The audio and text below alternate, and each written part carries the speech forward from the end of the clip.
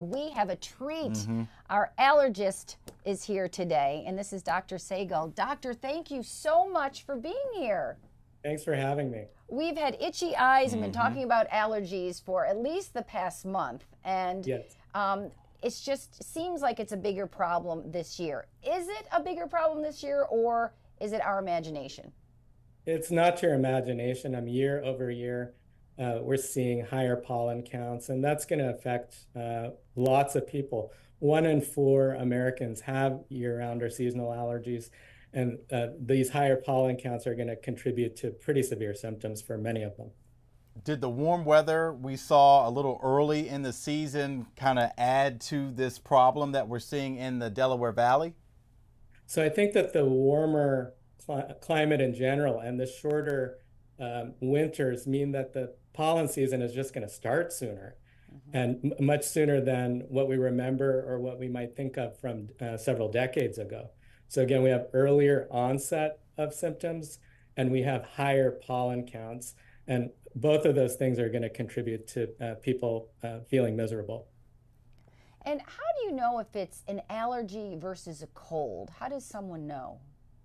So generally speaking, for most people with allergies, they're accustomed to developing symptoms in the springtime. So if it's reminiscent of symptoms you've had over the last couple of years every spring, it's probably allergies. There are some distinct features between allergies that can help distinguish between allergies and a cold. So itching is a very, very common symptom that we experience with allergies. Itchy eyes, itchy nose, itchy throat. Other symptoms can overlap with an upper respiratory infection, things like runny nose or congestion or cough, but we should not expect to experience fever or body aches with environmental allergies.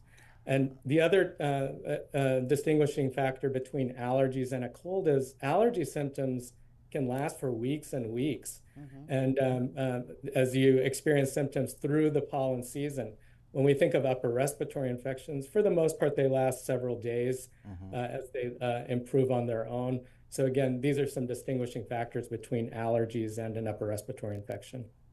What age group would you say is being impacted the most by allergies? Are you seeing younger children impacted more? Or what's going on in your office right now? Sure. So, allergies don't discriminate. And at any age, people can start developing allergy symptoms.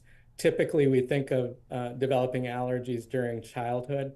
Sometimes they can improve for several years and then come back again as adults. But an individual can develop allergy symptoms at any age.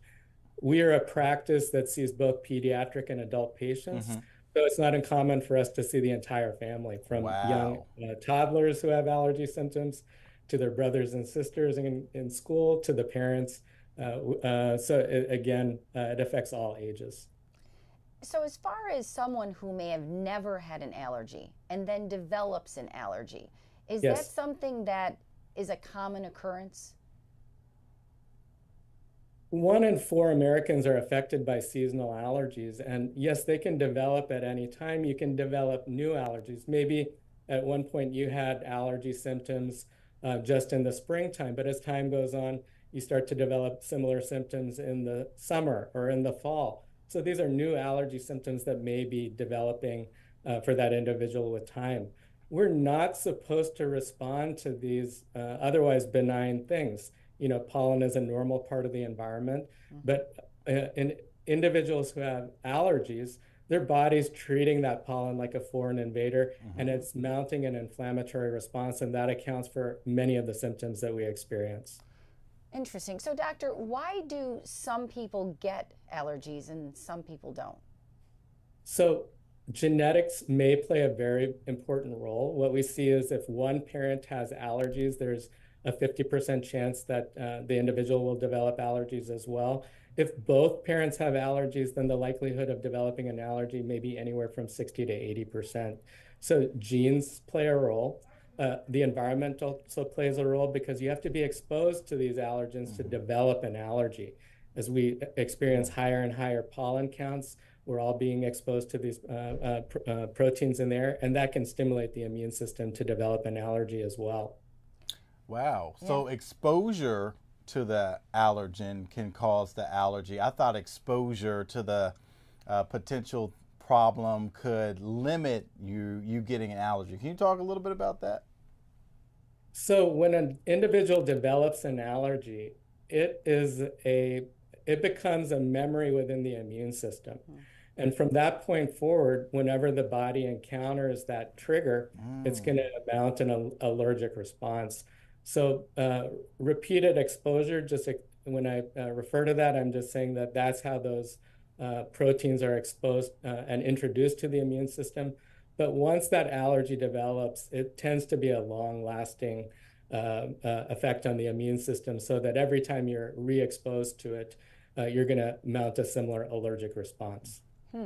Now, right now, I know we're in tree pollen season, and we have a Yes. graphic here showing that's the maple, the juniper, and the poplar trees. And as we look at the forecast, it looks like we're going to be between medium and high as we go through Friday, Saturday, Sunday, and Monday. But it's interesting because we see all these really pretty flowering trees, but are they really the problem? Those flowering trees are what we associate with spring because that's what we see. But the pollen that's being released from those species that you mentioned, including juniper, poplar, elm, birch, they're releasing lightweight, invisible pollen that's being carried by the wind. And it's that wind-carried pollen that we can't usually see with our naked eye unless it gets to very, very high concentrations, that's going to get in our eyes and drive that inflammation, get in our nasal passages and contribute to sneezing and congestion, get into our airways and cause cough or wheezing or shortness of breath in our patients who have asthma.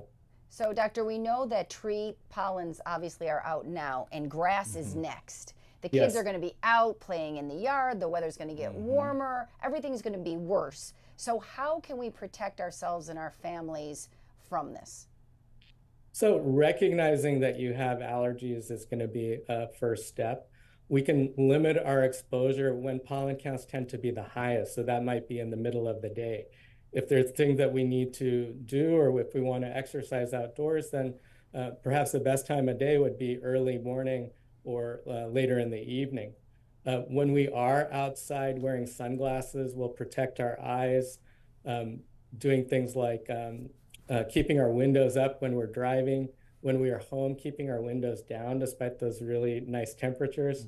That's going to help reduce the pollen exposure. And when we come in from being outdoors and doing activities outdoors, changing our clothes is going to help so we don't bring that pollen in with us, or taking a shower afterward.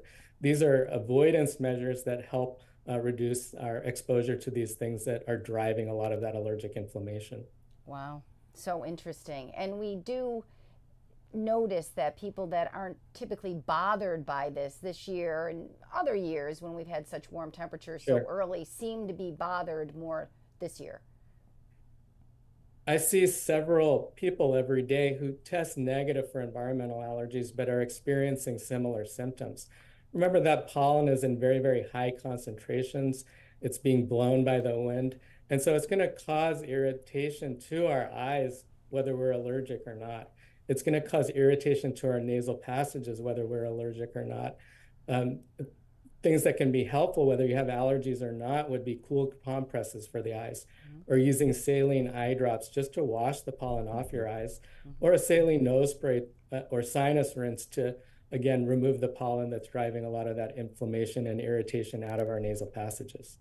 Well, Dr. Segal, thank you so much for being with us. I mean, that's why I'm wearing my glasses today, because it's such an irritation for me, but I have my eye drops. Scott has his nose drops, so we're in good shape here. Thank you so much for joining us. Will you come back again once we start seeing trouble with the grass pollens? Anytime. If I can help, let me know. Thank you. Thank you so much, Doctor. Dr. Segal, wonderful advice. Now we know what to do. Yeah, absolutely. It's going to be a long season. It's going to be rough.